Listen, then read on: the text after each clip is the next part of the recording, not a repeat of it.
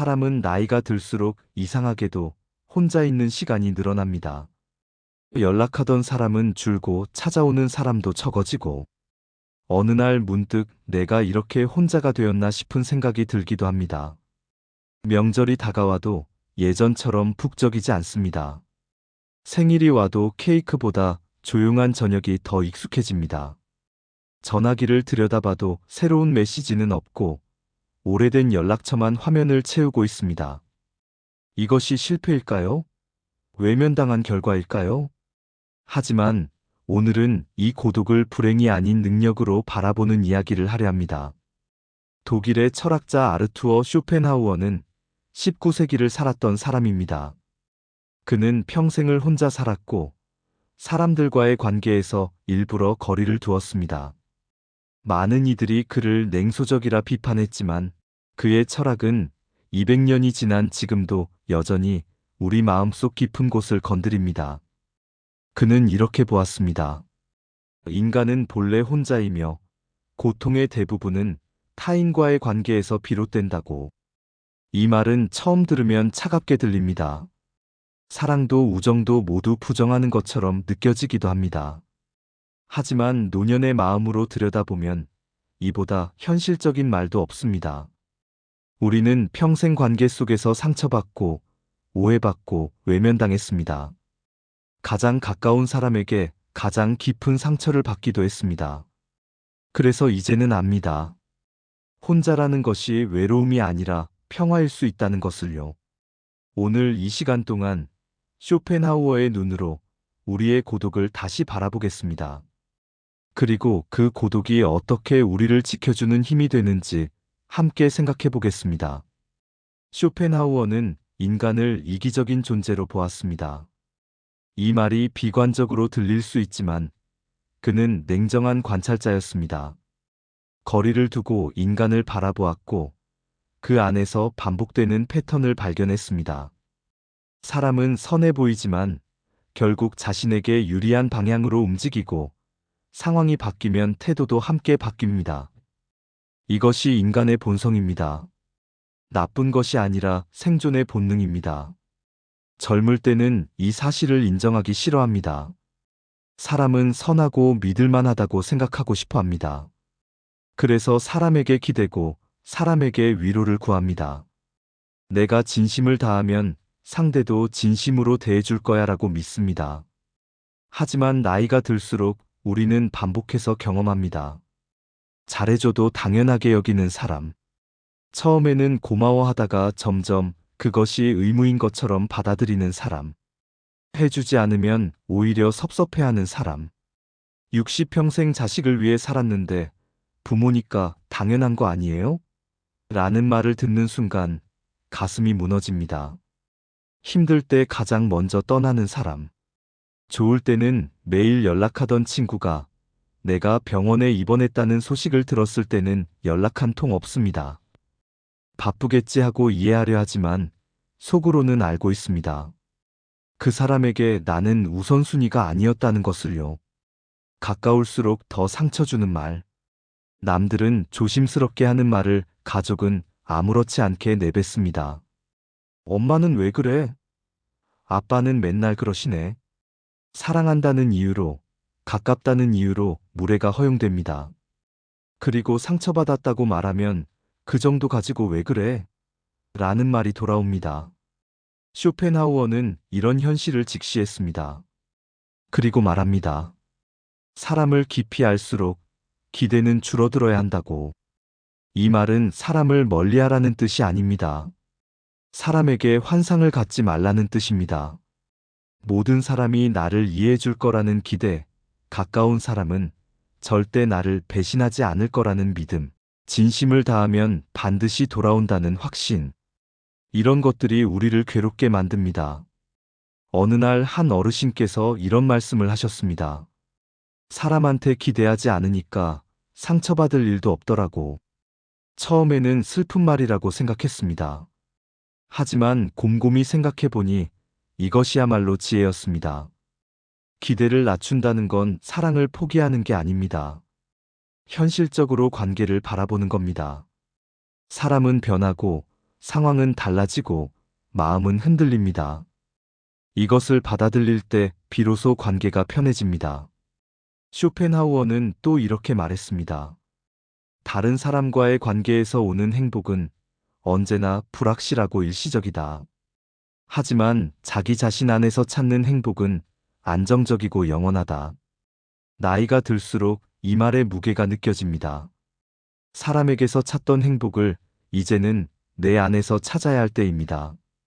그것이 유일하게 배신하지 않는 행복이기 때문입니다. 많은 사람들이 이렇게 말합니다. 외로우면 사람을 만나야 한다. 텔레비전을 켜면 건강 프로그램에서도 그렇게 말합니다. 노년에는 사회활동이 중요합니다. 사람을 많이 만나세요. 그러나 쇼펜하우어의 생각은 정반대입니다. 그는 사람을 많이 만날수록 오히려 불행해진다고 보았습니다. 사람을 많이 만날수록 비교가 생깁니다. 저 사람은 자식이 잘 됐는데 우리 집은 왜 이럴까? 저 사람은 건강한데 나는 왜 이렇게 아플까? 저 사람은 손주들이 자주 오는데 우리 손주들은 왜 안 올까? 만날 때마다 비교가 시작되고 그 비교는 나를 초라하게 만듭니다. 경쟁이 생깁니다. 노년에는 경쟁할 것이 없을 거라 생각하지만 그렇지 않습니다. 누가 더 건강한지, 누가 더 여유로운지, 누가 더 자식 복이 많은지. 경쟁은 형태만 바뀌었을 뿐 여전히 존재합니다. 그리고 그 경쟁 속에서 우리는 지쳐갑니다. 시선이 생깁니다. 사람이 많아지면 신경 쓸 것도 많아집니다. 오늘 뭐 입고 나갈까? 저 사람이 나를 어떻게 볼까? 내가 한 말이 이상하지 않았을까? 밤에 잠자리에 누워서도 오늘 있었던 대화들이 떠오릅니다. 내가 왜 그런 말을 했을까?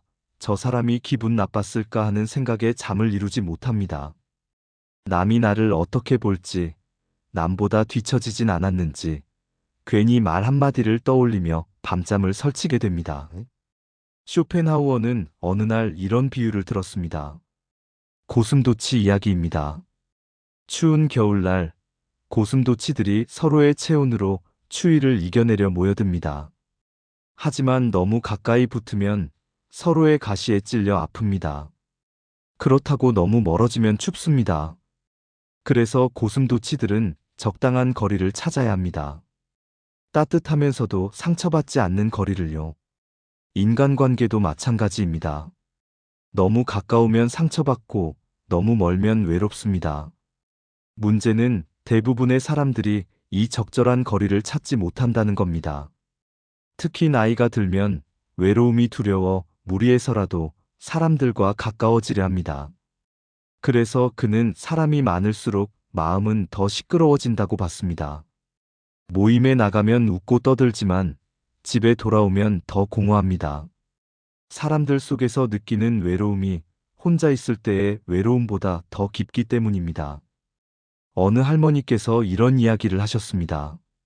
경로당에 나가면 사람들이 많아. 그런데 집에 올 때마다 더 외로워.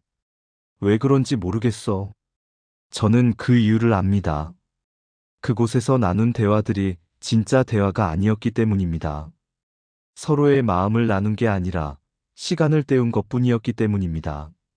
노년의 고독이 편해지는 이유는 사람이 줄어서가 아니라 쓸데없는 소음이 사라졌기 때문입니다. 쇼펜하우어는 이렇게 말했습니다.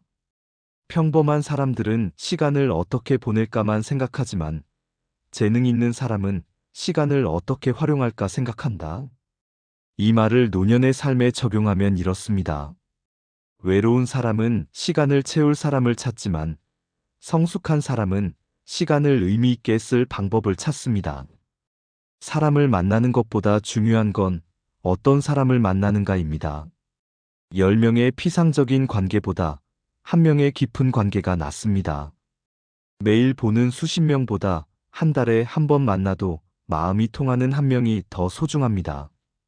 그래서 이제는 사람의 숫자를 줄여야 합니다. 관계의 폭이 아니라 깊이를 선택해야 합니다. 모임의 횟수가 아니라 대화의 진정성을 따져야 합니다. 쇼펜하우어는 평생 혼자 살았지만 외롭지 않았다고 합니다. 그에게는 책이 있었고, 생각이 있었고, 자기만의 세계가 있었습니다. 사람들은 그를 고독한 철학자라 불렀지만, 정작 본인은 그 어느 때보다 자유로웠습니다. 우리도 그럴 수 있습니다. 사람이 줄어든다고 외로운 게 아닙니다. 오히려 진짜 나를 찾을 수 있는 시간이 늘어나는 겁니다. 많은 분들이 이 두 단어를 혼동합니다. 외로움과 고독. 둘 다 혼자 있는 상태를 말하는 것 같지만 전혀 다릅니다. 외로움은 혼자 있어서 괴로운 상태입니다. 누군가가 필요하고, 누군가의 목소리가 듣고 싶고, 누군가의 존재가 절실한 상태입니다. 외로움 속에서 사람은 불안합니다.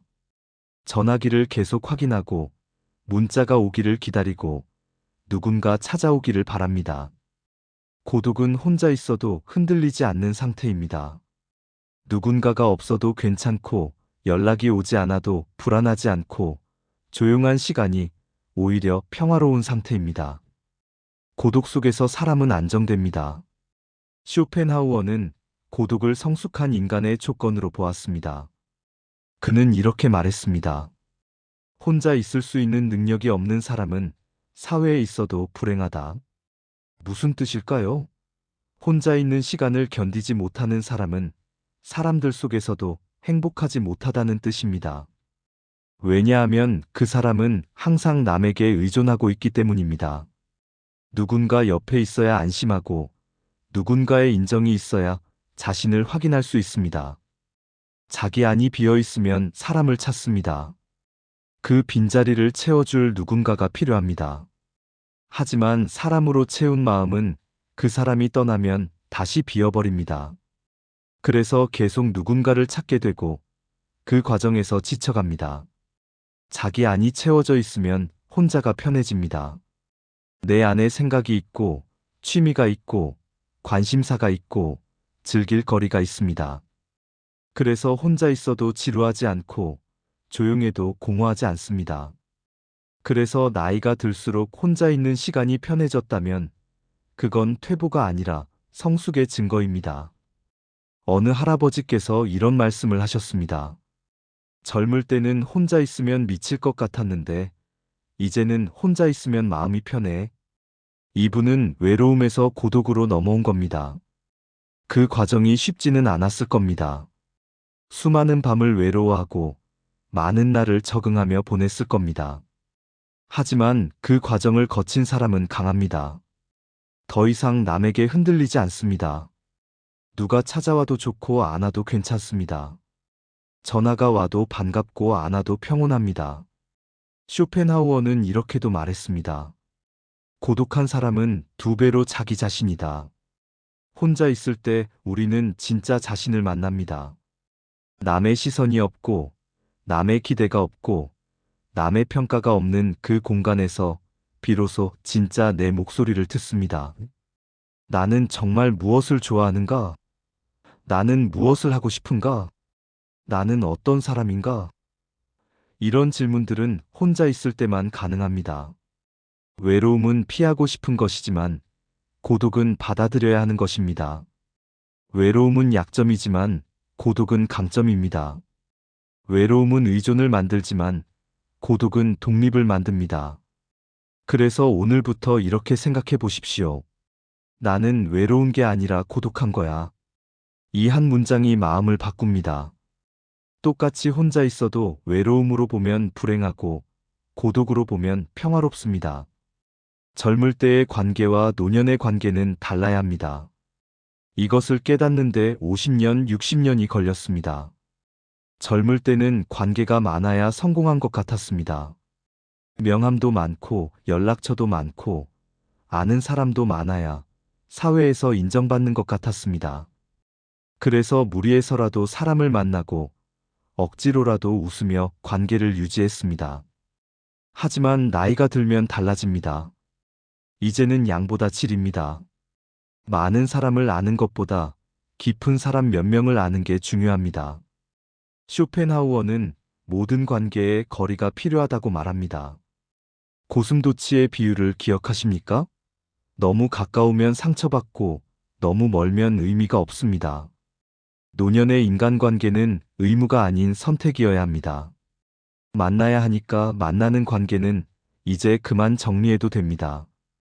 명절 때 억지로 웃으며 만나는 친척, 의무감으로 연락하는 옛 동료, 이제는 그런 관계에서 벗어나도 됩니다. 희생이 아닌 균형이어야 합니다. 한쪽만 계속 주고 한쪽만 계속 받는 관계는 건강하지 않습니다. 내가 아플 때 병문안 한 번 안 온 사람에게 그 사람이 아플 때 내가 달려갈 필요는 없습니다. 관계는 상호적이어야 합니다. 다 맞춰주는 관계가 아닌 존중이 오가는 관계여야 합니다. 나이 드신 분이 이해하셔야죠 라는 말로 내 마음을 무시하는 사람과는 거리를 두어야 합니다. 나이가 많다고 해서 무조건 참아야 하는 건 아닙니다. 가족에게조차 모든 것을 맞출 필요는 없습니다. 이 말이 냉정하게 들릴 수 있지만 현실입니다. 자식이라고 해서, 손주라고 해서 모든 요구를 들어줄 필요는 없습니다. 계속 맞춰주면 고마움은 사라지고 당연함만 남습니다. 처음에는 엄마 고마워요라고 하던 자식이 나중에는 엄마가 당연히 해야죠라고 말합니다. 처음에는 할머니 최고 라던 손주가 나중에는 용돈을 안 주면 서운해합니다. 쇼펜하우어는 이렇게 말했습니다.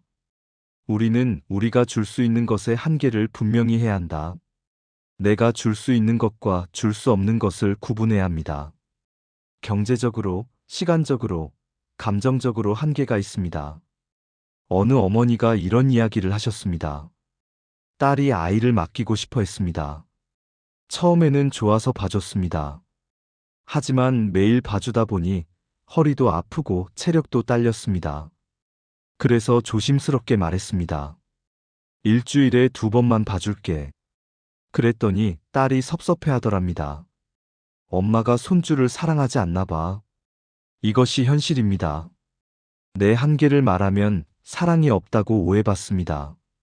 그래서 많은 어르신들이 아프면서도 힘들면서도 계속 맞춰줍니다.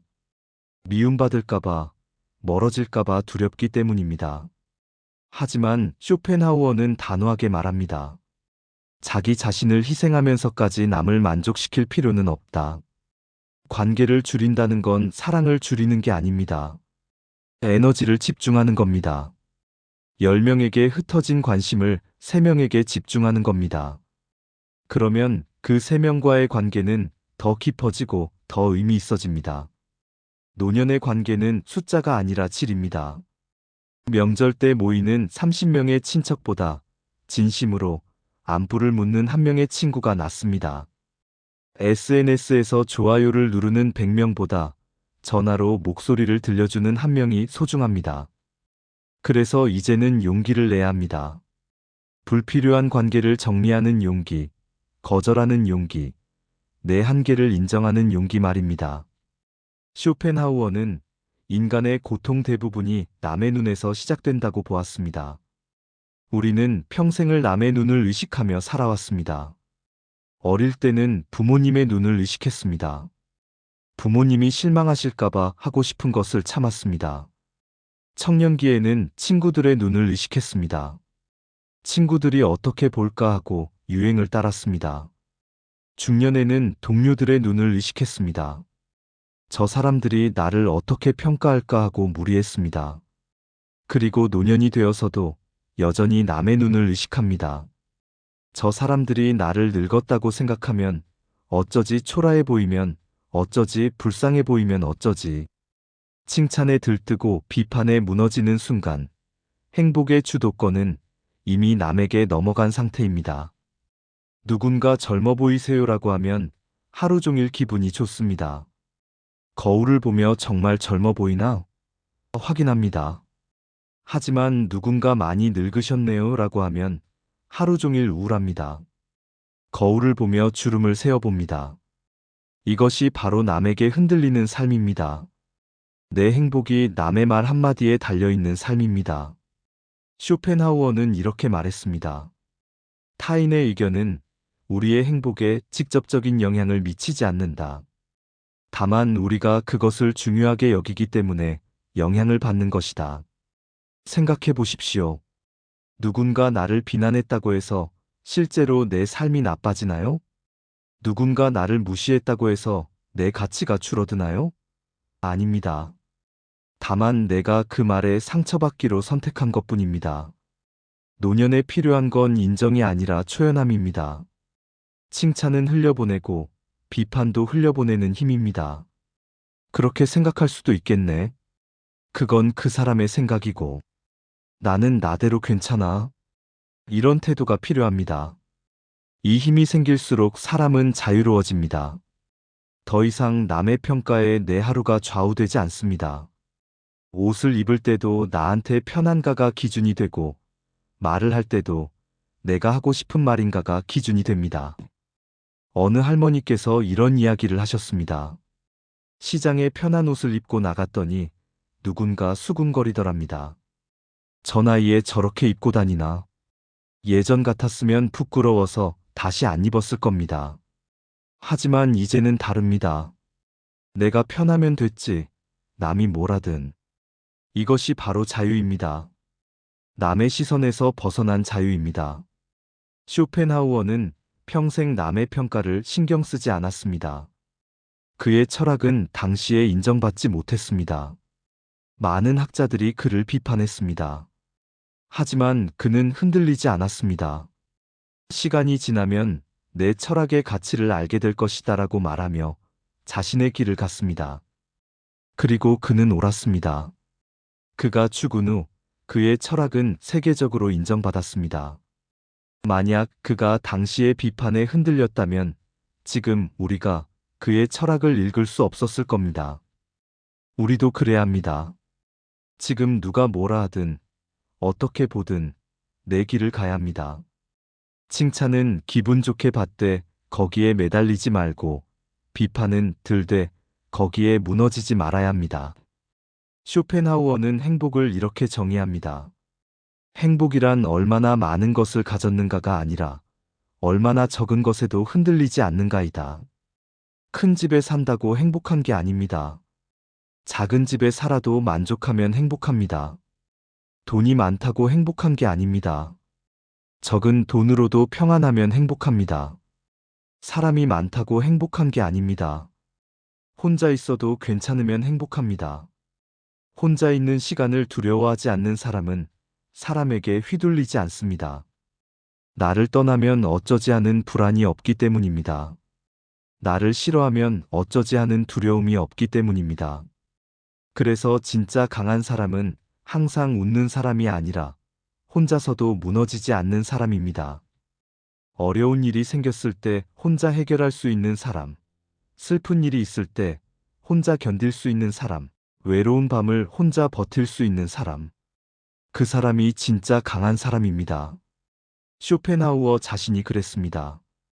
그는 평생 많은 고통을 겪었습니다. 아버지는 일찍 돌아가셨고 어머니와는 사이가 좋지 않았습니다. 사랑했던 여인들과는 이루어지지 못했고 학계에서는 인정받지 못했습니다. 하지만 그는 무너지지 않았습니다. 혼자서도 자기 길을 갔습니다. 책을 읽고 글을 쓰고 생각했습니다.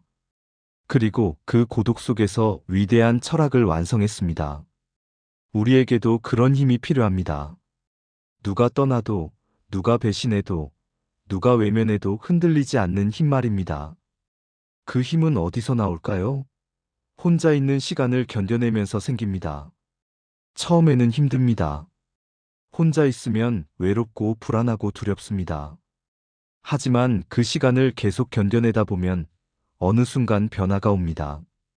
혼자 있어도 괜찮네. 혼자 있는 게 오히려 편하네. 혼자서도 충분히 행복하네. 이런 깨달음이 옵니다. 그때부터 인생이 달라집니다. 더 이상 남에게 매달리지 않습니다. 더 이상 인정받으려 애쓰지 않습니다. 더 이상 외로움이 두렵지 않습니다. 쇼펜하우어는 이렇게 말했습니다. 자기 자신 안에서 모든 것을 발견하는 사람이 가장 행복한 사람이다.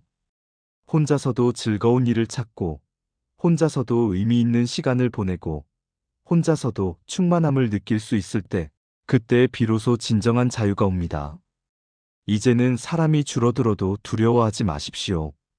그 자리에 고요가 들어왔고 그 고요 속에서 당신은 자기 자신과 함께 있을 수 있게 되었습니다. 쇼펜하우어의 철학은 처음 들으면 차갑습니다. 인간은 이기적이고 관계는 고통이고 고독이 답이라는 말은 냉정하게 느껴집니다. 하지만 노년의 삶에는 오히려 따뜻한 위로가 됩니다. 왜냐하면 이것이 진실이기 때문입니다. 평생을 살면서 우리가 경험한 것이기 때문입니다. 사람은 변하고 관계는 끝나고 결국 남는 건 나 자신뿐이라는 것. 이것을 받아들일 때 비로소 평화가 옵니다. 오늘 밤 혼자 있는 시간이 있다면 그 시간을 적으로 보지 말고 가장 오래 함께 갈 친구로 대해보세요. 혼자 차를 마시며 창밖을 바라보는 시간, 혼자 책을 읽으며 생각에 잠기는 시간, 혼자 산책하며 바람을 느끼는 시간. 그 시간들이 쌓여서 당신을 단단하게 만들 겁니다. 쇼펜하우어는 말년에 이렇게 말했다고 합니다. 나는 평생 혼자였지만 외롭지 않았다. 내 안의 우주,